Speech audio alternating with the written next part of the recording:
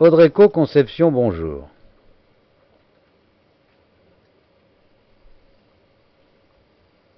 Mais qu'est-ce que le toilettage? En tout cas, qu'est-ce que le toilettage selon nous? Eh bien, nous allons essayer de vous en donner une première idée. Voici, pour égayer notre propos, quelques photos de chiens que nous estimons merveilleusement toilettés.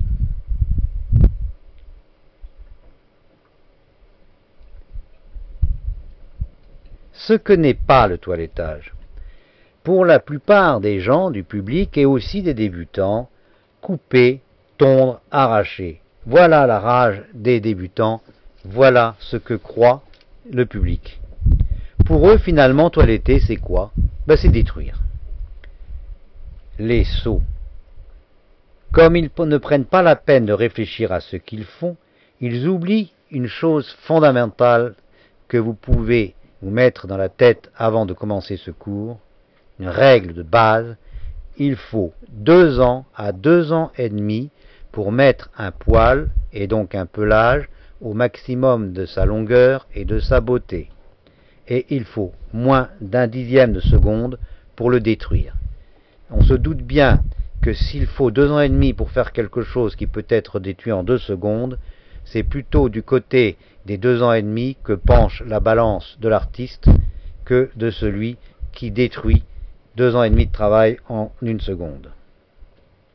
Le vrai professionnel, c'est lui que l'art, ce n'est pas de supprimer la fourrure, mais de lui donner sa longueur maximale. Je m'explique.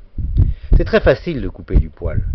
Mais maintenant, regardez les Lhasa, les York, les bichons que vous voyez, ou les caniches que vous voyez dans la rue. Même lorsqu'on ne les tond pas, même lorsqu'on leur laisse mener une vie normale, ils n'ont pas le poil long. Parce que, si vous voyez les photos que j'ai sélectionnées dans ce cours pour vous épater, pour vous montrer ce que ce sont des beaux chiens, ou si vous allez de temps en temps d'exposition canine, eh bien vous savez que le poil n'est pas long naturellement. Pour que le poil soit long, il faut l'aide d'un propriétaire ou d'un toiletteur non seulement habile, mais très habile. L'art, ce n'est pas de couper. N'importe quel imbécile peut couper. L'art, c'est vraiment beaucoup plus difficile de faire pousser le poil ou de le faire pousser avec la qualité nécessaire, comme dans le cas des races à poil dur. Ce n'est pas de le détruire. La manière d'aborder l'usage des ciseaux est particulièrement révélatrice de l'état d'esprit de beaucoup d'apprentis. Et pour le vieux professeur que je suis, l'indice le plus certain des chances de réussite de l'apprentissage.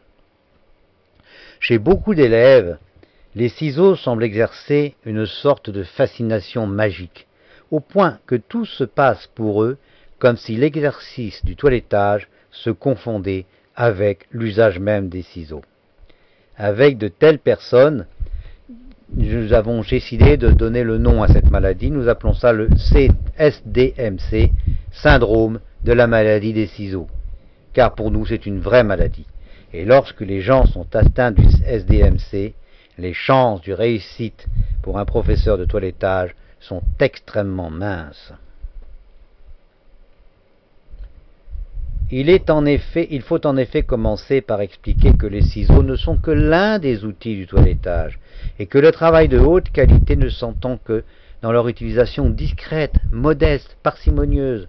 Voyez le chien qui vous est présenté là. Il y a effectivement un très léger travail de ciseaux, mais il est très léger, très distrait, très discret. L'essentiel est obtenu par épilation, avec la brosse, et avec un travail très habile et de très longue haleine sur le pelage. On ne peut pas obtenir une qualité de pelage telle que vous voyez là en une seule fois. C'est un travail de très longue haleine. Effectivement, il y a un travail de ciseaux, mais c'est la fin, c'est modeste, c'est parcimonieux. Le plus souvent, on perd son temps à expliquer cela à des gens atteints du syndrome. Chez certaines personnes, la rage l'emporte sur la raison. Les ciseaux, qu'en général ces gens-là se tiennent d'ailleurs incapables de tenir correctement, tout simplement parce qu'ils sont tellement pressés de s'en servir qu'ils n'ont même pas la patience d'apprendre à s'en servir, Chez eux, les ciseaux semblent compléter un vide, un manque. Les ciseaux sont un prolongement psychologique de leur personnalité. Cette rage de couper l'emportera sur tout, et finalement pour le professeur expérimenté, le mieux c'est de renoncer. Laissons les gens qui aiment couper, couper, on n'arrivera pas à les guérir. Voilà, voyez-vous, un pelage long, qui est un champion américain, eh bien, imaginez le travail que représente ce genre de pelage. Alors là, pour le coup, si vous touchez un tel chien avec des ciseaux, je vous plains parce que la propriétaire du chien, qui est également son handler, passons. Pour moi, un chien toiletté, et c'est la vérité pour tous les amoureux de notre métier, ce n'est pas un chien dont on aura manipulé ou modifié les formes.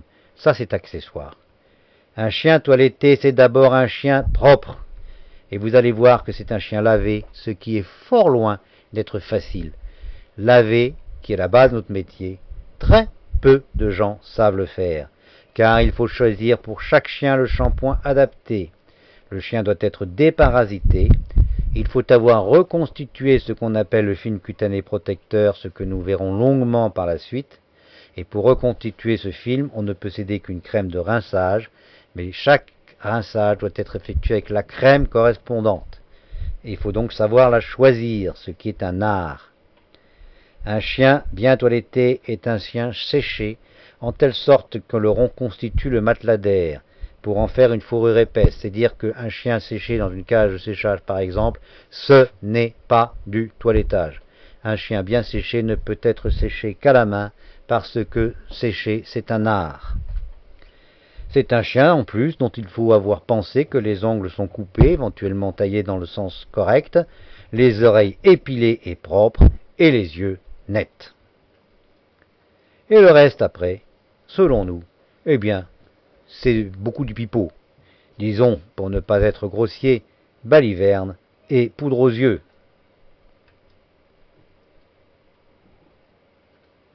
Quelles sont les étapes de notre travail? Avant de commencer, nous démêlerons et nous mettrons le poil à 1/2 centimètre, 1/2 millimètre de sa longueur finale. Car deux choses sont absolument absurdes. C'est laver du poil qu'on aurait pu couper et démêler du poil que l'on pourrait couper. Si vous allez couper du poil que vous pourriez démêler du poil que vous allez couper, vous travaillez pour rien. Et si vous lavez du poil que vous allez couper, eh bien, avouez que c'est assez absurde. Donc, ces deux choses-là sont absurdes, il faut les éviter. Donc, je ne démêle pas ce que je pourrais couper, et je ne lave pas un chien sans que la fourrure parfaitement démêlée ne soit pas mise à moins de 1/2 millimètre de la longueur que je vais lui laisser finalement.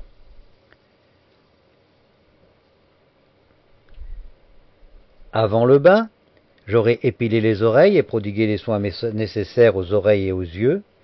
Dans la baignoire, mais avant le bain, je procéderai à la coupe des ongles et au vidage des glandes anales, opération que je ne réalise que lorsque le vétérinaire du client le demande, sinon nous le reverrons, la vidange des glandes anales n'est une opération complètement inutile et la plus souvent inappropriée. Laver un chien, c'est au moins 2 shampoings. Le premier shampoing a une action, le second en a une autre, nous le reverrons. Donc un seul shampoing, eh bien ce n'est pas un bain. Et si le chien est très sale, il en faut 3. Nous n'utilisons que des shampoings de très bonne qualité, et pour tous les chiens de toutes les races, y compris les chiens à poil dur ou à poil ras, il faut une crème de rinçage adaptée au pelage du chien pour reconstituer le film cutané protecteur, après quoi nous pouvons sécher.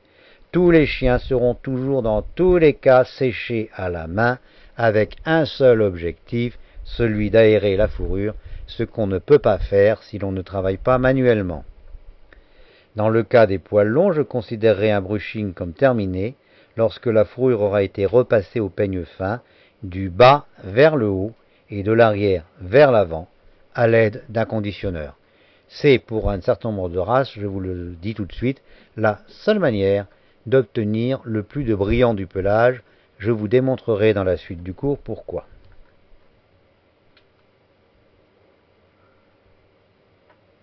Ensuite seulement, il y a la finition, qui est un moment très court de l'action de toilettage. Quelques minutes d'égalisation dans le cas d'un caniche par exemple.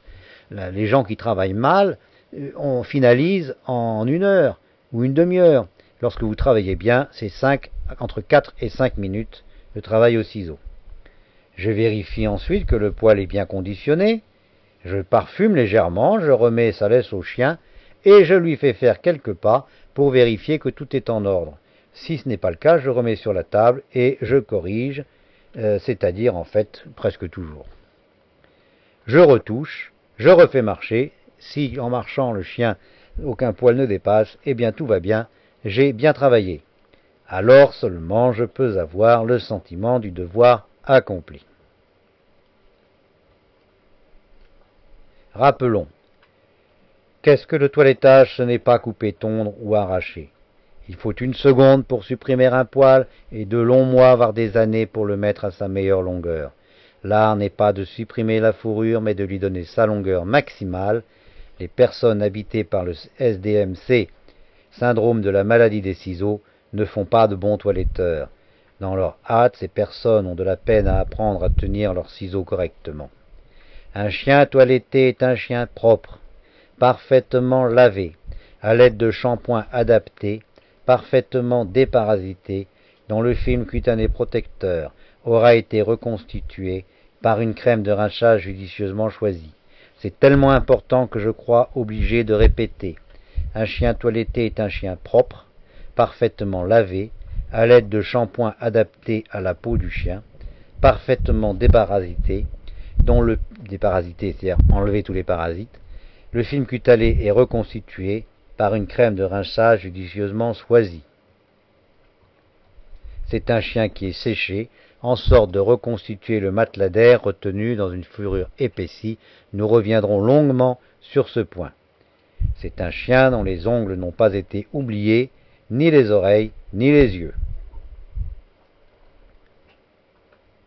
Les étapes incontournables de notre travail, nous commençons par démêler et à mettre le poil à 1/2 mm de sa longueur finale.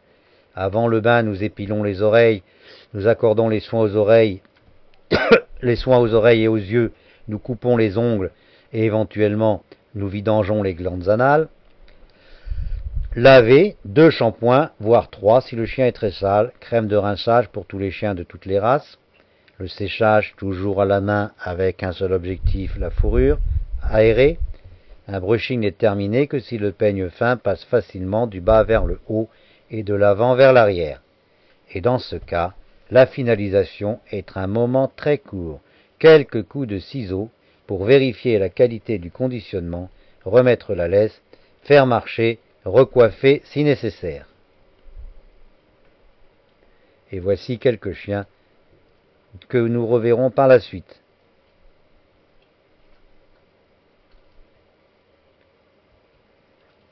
Nous vous remercions de votre attention et nous vous donnons rendez-vous pour d'autres cours.